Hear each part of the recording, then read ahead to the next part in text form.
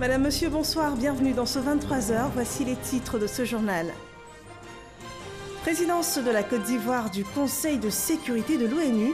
Le président de la République est à New York. Il participera demain à un débat présidentiel de haut niveau sur le thème « La reconstruction économique post-conflit, pilier de la consolidation et de la pérennisation de la paix et facteur de stabilité et de sécurité ». Pour mieux connaître l'ONU, focus sur l'Assemblée générale. En quoi consiste cet organe? Quel est son rôle? Ses pouvoirs? La réponse dans ce journal.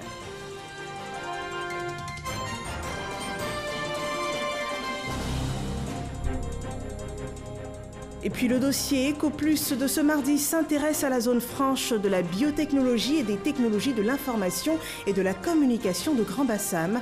Après 12 années d'existence, que faut-il retenir du VITIB? C'est à suivre également dans ce 23h.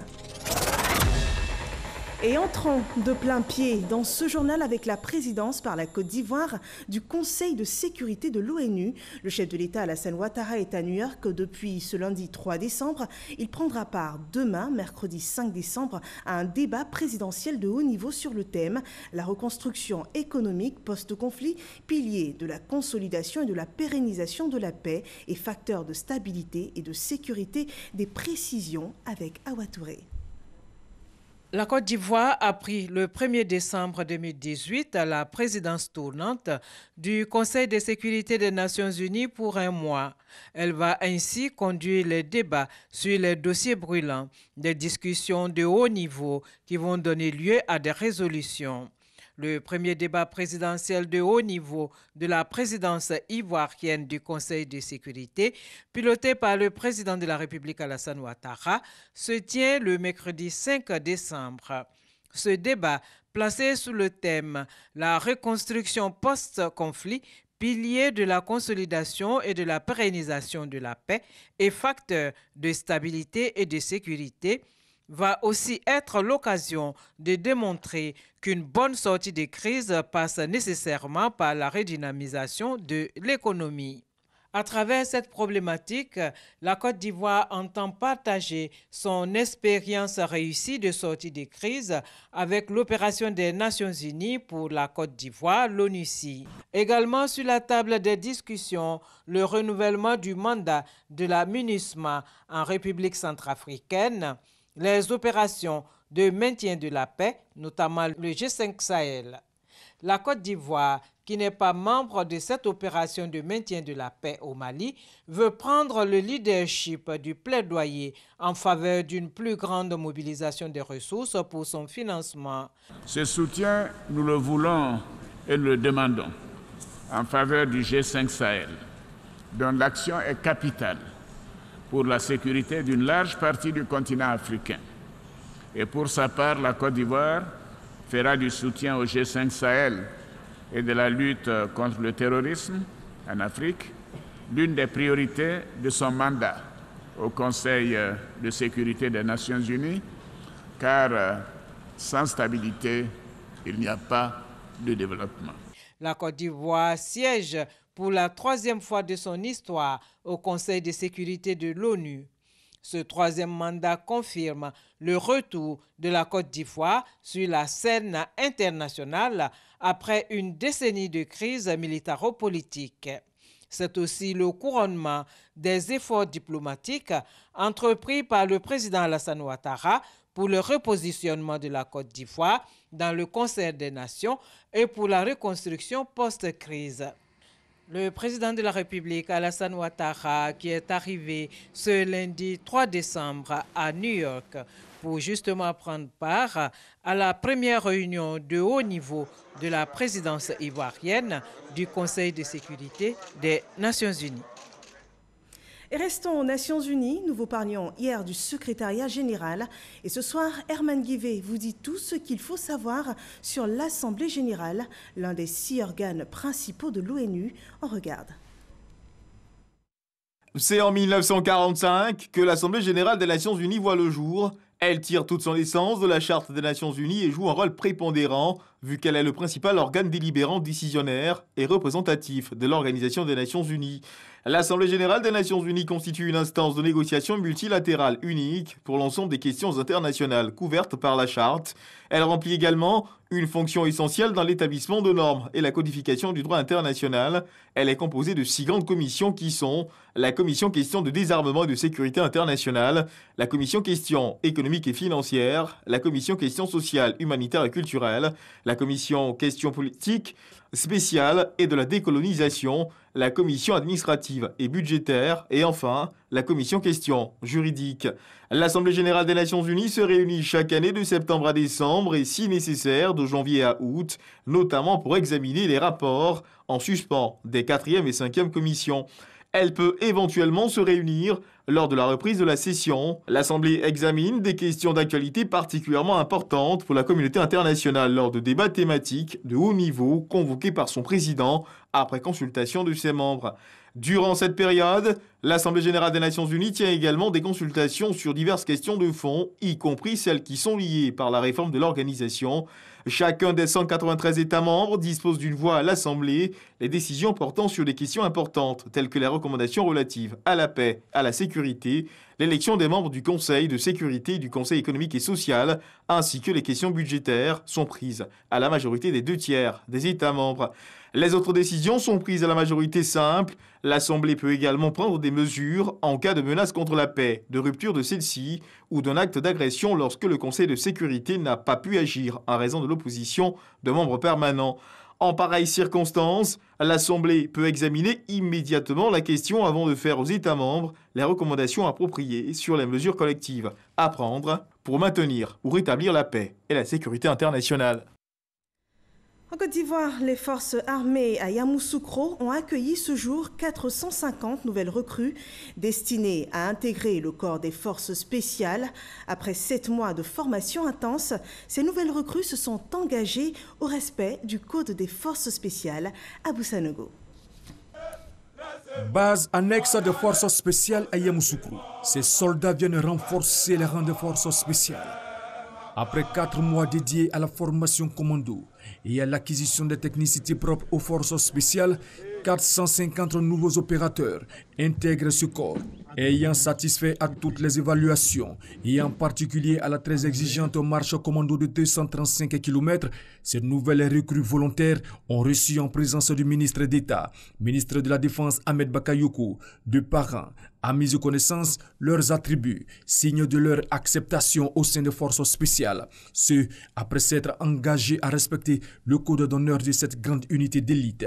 Je vous demande simplement d'être des hommes d'honneur. L'homme d'honneur s'oblige à rester inviolablement attaché à son devoir. Il a pour principe de ne point manquer à sa parole, d'être fidèle à ses promesses, de ne tromper personne, de ne jamais rien faire contre la droiture et l'honnêteté. Tout en se félicitant de la qualité de la formation dispensée, le ministre d'État, ministre de la Défense Ahmed Bakayoko, a invité les nouveaux opérateurs de forces spéciales à la loyauté et à la discipline. Vous devez respect à ces bérets. Donc loyauté envers le corps, envers ce symbole. Loyauté envers la République. Vous devez être le symbole de l'armée modèle, moderne, rassemblée et unie. Vous devez être la nouvelle image de l'armée de Côte d'Ivoire. On veillera à ce que vous puissiez travailler dans des conditions spéciales également. Parce que quand on dit force spéciale, c'est que tout doit être spécial. Donc soyez disciplinés, exemplaires, pour maintenir la crédibilité des forces spéciales. Les démonstrations de techniques d'intervention opérationnelle rapprochées, tactiques et techniques, les démonstrations de karaté et de kata, et un défilé pour démontrer le savoir-faire des nouvelles recrues. Mais peu avant, le ministre d'État Ahmed Bakayoko a été fait membre d'honneur des forces spéciales. Et il a par la suite communié avec ses hommes. Restons avec les forces spéciales. Ce 4 décembre marque le début des activités dédiées à la Semaine de l'Armée de Terre, une occasion pour les forces armées nationales de Côte d'Ivoire de faire découvrir l'armée de terre au public et aussi de raffermir le lien armée-population. Moussa Konaté. Des jeunes filles attentives face à un soldat. Le militaire explique l'utilisation de cet instrument de guerre à ses élèves. Le train rouleur. À quelques mètres, des étudiants assistent à un exercice d'intervention. Les civils au contact de l'armée de terre au camp d'Akouédou. Une découverte et également des enseignements reçus. On a touché aux armes, on a eu peur d'abord, mais vraiment ça a été agréable de toucher ce à quoi nos armées sont confrontées chaque jour pour pouvoir nous protéger. Les équipements des parachutistes, les armes, les véhicules et autres engins militaires présentés aux populations civiles. Nous sommes à la journée citoyenne. L'activité s'inscrit dans le cadre de la Semaine de l'Armée de terre. Des festivités pour faire découvrir l'armée de terre, ses missions, aussi favoriser la collaboration armée-population. L'armée est essentiellement un outil au service des populations. Et que nous ne voulons pas que les populations aient peur de leur armée. Parce que pour que l'armée puisse remplir sa mission, il faut le renseignement des populations. La Semaine de l'Armée de terre se tient du 4 au 7 décembre dans les deux camps d'Akouédou. Après cette première journée dédiée aux civils, suivront les jours suivants des rencontres sportives, des dons de sang, des consultations médicales et bien d'autres activités. Coopération sous-régionale, les ministres en charge du commerce des États membres de l'UEMOA se sont réunis à Abidjan le 30 novembre dernier. Cette rencontre portait sur la politique commune de l'Union, notamment sur la mise en place de la zone de libre-échange continentale et la consolidation des acquis en matière d'intégration sous-régionale. Le compte-rendu de Jean-Luc Bango. Zone de libre-échange continentale africaine, tarifs extérieurs communs ou encore réforme à l'OMC. L'ordre du jour était fourni pour les ministres en charge du commerce des pays membres de l'UEMOA. Ces ministres également chargés de préserver les acquis en matière d'intégration au sein de l'Union. Il est notamment attendu que la Commission prenne des initiatives en matière d'élimination des entraves sur le commerce communautaire, le renforcement de la libre circulation des marchandises, des biens et des services, la promotion du commerce intracommunautaire et l'administration des règles de concurrence. Les ministres ont réaffirmé au cours de cette réunion leur attachement au système multilatéral face aux velléités protectionnistes de certains États. Ces réunions nous permettent de faire le bilan de la libre circulation, notamment des biens au sein de l'espace UEMOA et ce conformément aux différents tests que nous avons pris en matière de libre circulation de biens et de personnes, en matière de libre pratique au niveau commercial et tout ce qui concerne en tout cas les difficultés que nos opérateurs économiques ont pour pouvoir mener leurs activités d'un pays à l'autre. L'intégration est effectivement en marche, il faut la conforter, il faut la renforcer. Et il faut aussi organiser nos économies pour tenir compte aussi de ce qui se passe au niveau mondial, au niveau international. Avec un taux de 6,7%, l'UEMOA affiche une croissance largement supérieure à la moyenne de l'Afrique subsaharienne qui est de 2,8% et celle du monde qui s'est établie à 3,7% en fin 2017. L'objectif de cette rencontre est de permettre à l'Union de conserver cette bonne santé financière. À présent, le dossier EcoPlus de ce mardi. Ce soir, le dossier économique de la rédaction va s'intéresser à ce qui était considéré comme la Silicon Valley africaine, la zone franche de la biotechnologie et des technologies de l'information et de la communication de Grand Bassam. Depuis sa création en 2006, 12 années se sont écoulées. Comment se présente aujourd'hui le VITIB? Que gagnent les entreprises à s'y installer? La zone franche technologique de Grand Bassam, 12 ans après, quelle réalité Cheikh connaît dans EcoPlus?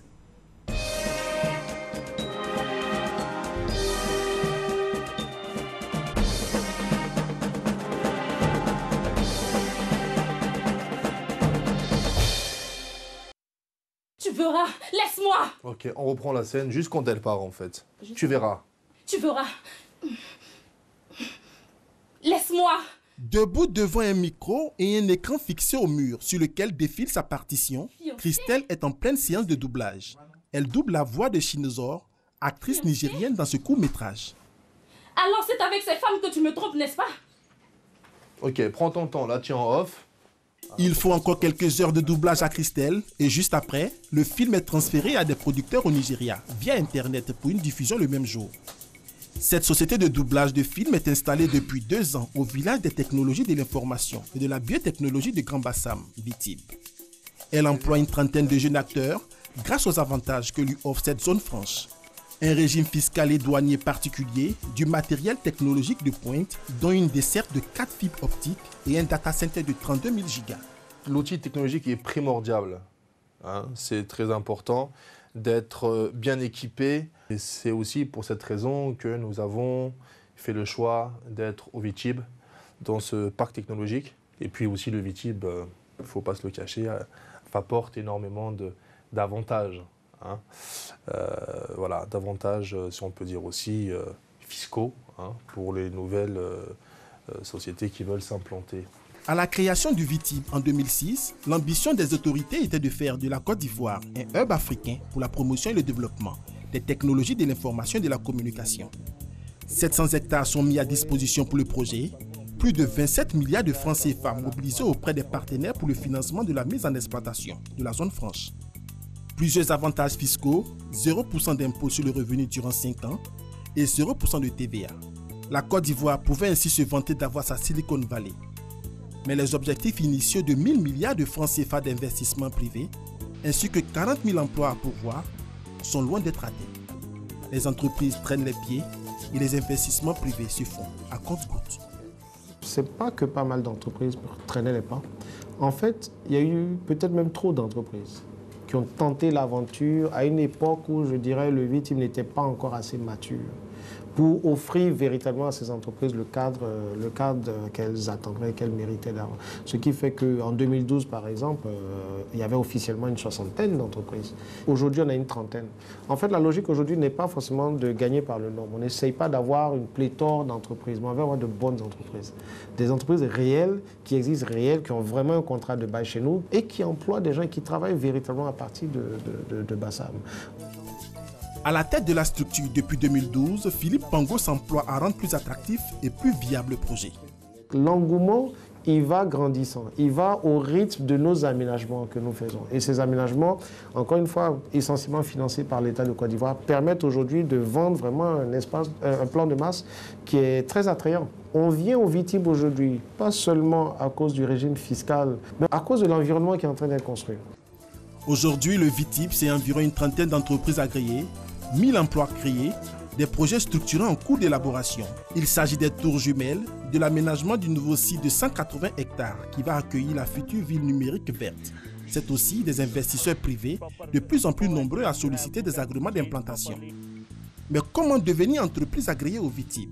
Le processus d'agrément part du renseignement du formulaire de demande d'agrément auquel est attaché les éléments constitutifs du dossier d'agrément. Donc les dossiers juridiques de l'entreprise, fiscaux, des statuts, leur business plan qui inclut les éléments financiers, donc les investissements, le chiffre d'affaires, le nombre d'emplois. À cela s'ajoute un droit d'entrée de 5 millions de francs CFA. Une fois agréée, la nouvelle entreprise va devoir s'acquitter d'une redevance de 2,5% de son chiffre d'affaires brut annuel. Des conditions souvent contraignantes pour les petites et moyennes entreprises. Comme on est une zone économique spécialisée dans 2 secteurs d'activité, la biotechnologie et les technologies de l'information et de la communication, si le dossier que présente l'entreprise n'entre pas suffisamment dans le cadre de la biotechnologie ou des technologies de l'information et de la communication, en ce moment, le dossier peut être refusé. En 2018, l'agrément a été refusé à une dizaine d'entre elles. Les petites et moyennes entreprises, ici on a un volet pépinière d'entreprises pour accompagner justement les entreprises qui ne peuvent pas entrer dans le cadre des 5 millions de droits d'entrée. À l'image de l'île Maurice, la Côte d'Ivoire est résolument engagée à faire de ce parc technologique une puissante zone économique en Afrique. Une ambition futuriste qui mérite d'être accompagnée au regard de la relative rentabilité du VITIB. Les résultats sont là. VITIB est vraiment au début d'un changement très fort dans son évolution financière, entre autres. L'entreprise s'est restructurée, le management s'est restructuré, la gouvernance du projet elle-même s'est restructurée, le projet créé et surtout la création d'emplois. De l'emploi, une ville numérique verte, des entreprises technologiques et compétitives, la Silicon Valley, Made in Côte d'Ivoire, prend un nouvel envol. Un tout autre domaine, celui de la politique, un congrès consultatif du RHDP unifié se tiendra le 26 janvier 2019 au stade Félix Houphouët-Boigny d'Abidjan. L'annonce a été faite ce mardi par le porte-parole du RHDP, Kobenan Kwasi Adjoumani. Quelles sont les motivations et perspectives de paix de ce congrès? La réponse avec Herman Guivet. Le 26 janvier 2019, le RHDP organisera son congrès constitutif. En quoi consistera-t-il et que représentera-t-il? Voici les questions essentielles autour desquelles ont gravité les échanges entre Kobenan Kwasi Adjoumani, porte-parole du RHDP, ses porte-paroles adjoints et la presse nationale et internationale. Devant des journalistes dont les questions ont été sans limite, le porte-parole du RHDP s'est exprimé sur le sens et sur le choix du lieu devant accueillir ce congrès constitutif. Nous avons décidé de tenir ce congrès dans le plus grand stade de notre pays pour donner un caractère grandiose et l'envol le plus grand qui soit à ce grand parti politique qu'est le RHDP. C'est donc dans ce stade qui porte merveilleusement bien l'illustre nom du président Félix Houphouët-Boigny que sera établi le 26 janvier 2019 l'acte de naissance du plus grand parti politique de Côte d'Ivoire. Sur la décision de la Cour suprême de reprendre les élections couplées municipales et régionales dans certaines villes du pays et sur le soutien que portera le parti aux candidats qui défendront ses couleurs. Aujourd'hui, nous allons partir donc pour des élections. On peut être candidat de tel ou tel parti et puis décider à l'occasion de ces reprises-là de ne plus être candidat. Ce sont des choses qui sont possibles. Nous, au niveau de notre parti, le RHDP, nous allons nous retrouver pour donner des orientations. Sur l'épineuse question des logos qui suscitent diverses appréciations. En utilisant le logo, c'est notre droit d'utiliser le logo puisqu'on avait déjà déposé. Si aujourd'hui on vous demande quel est le logo du RHDP, mais le logo du RHDP, c'est ce que vous voyez là. C'est un ensemble. Et on avait déjà commencé le processus. Le mouvement sur les traces d'Houphouët-Boigny va-t-il lui aussi disparaître? Notre mouvement va toujours continuer d'exister, mais cette fois-ci à l'intérieur du RHDP pour faire venir massivement des militants qui sont encore réticents. Touré Mamadou, porte-parole adjoint, lui s'est exprimé sur l'avenir des partis politiques qui composent le RHDP au lendemain de ce congrès constitutif. Au regard des dernières élections et de l'adhésion massive de nos militants à ce projet parti unifié, inéluctablement, au bout de ce processus, nous n'aurons qu'un seul parti politique qui va s'appeler RHDP, et ce qui veut dire que, de facto, tous les partis traditionnels existants, en tout cas juridiquement, ne vont plus exister. Pour Touré Mamadou, porte-parole adjoint du RHDP, il n'existe aucun problème de cohésion au sein du parti. Pour Kobenan Kwasi Adjoumani, seules les valeurs de paix prônées par Félix Houphouët-Boigny doivent guider les pas de ses successeurs. Une page santé à présent, un peu plus de 20 milliards de francs CFA. C'est le montant du fonds à lever pour le soutien aux orphelins du VIH-Sida. L'objectif de ce fonds est d'améliorer la qualité de vie des orphelins et des enfants rendus vulnérables du fait du VIH-Sida. Patricia Omo. Le plan stratégique national 2016-2020 de soutien aux orphelins et autres enfants rendus vulnérables du fait du VIH-Sida se chiffre à 33 milliards de francs CFA.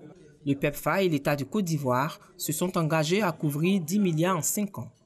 Au cours de la rencontre, Liramata Bakayoko a fait un plaidoyer pour une aide pour les 23 milliards restants. Ce qui veut dire qu'il faut 4,6 milliards par an.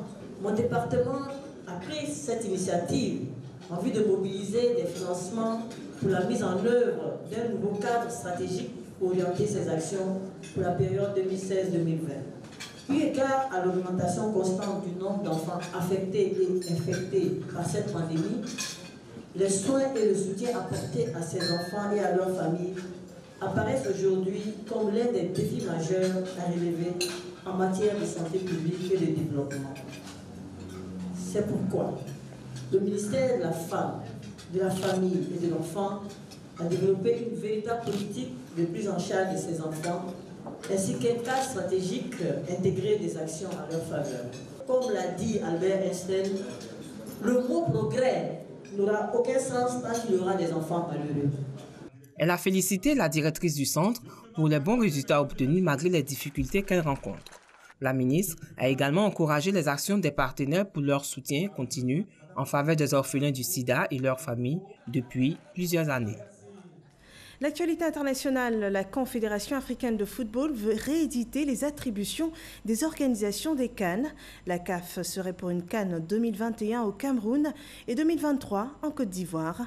Au Maroc, le président gabonais Ali Bongo a reçu la visite du roi Mohamed VI et nous terminerons sur la destruction du tunnel du Hezbollah par l'armée israélienne. L'actu en bref par Olivier Iriebi et Abdoulaye Koné.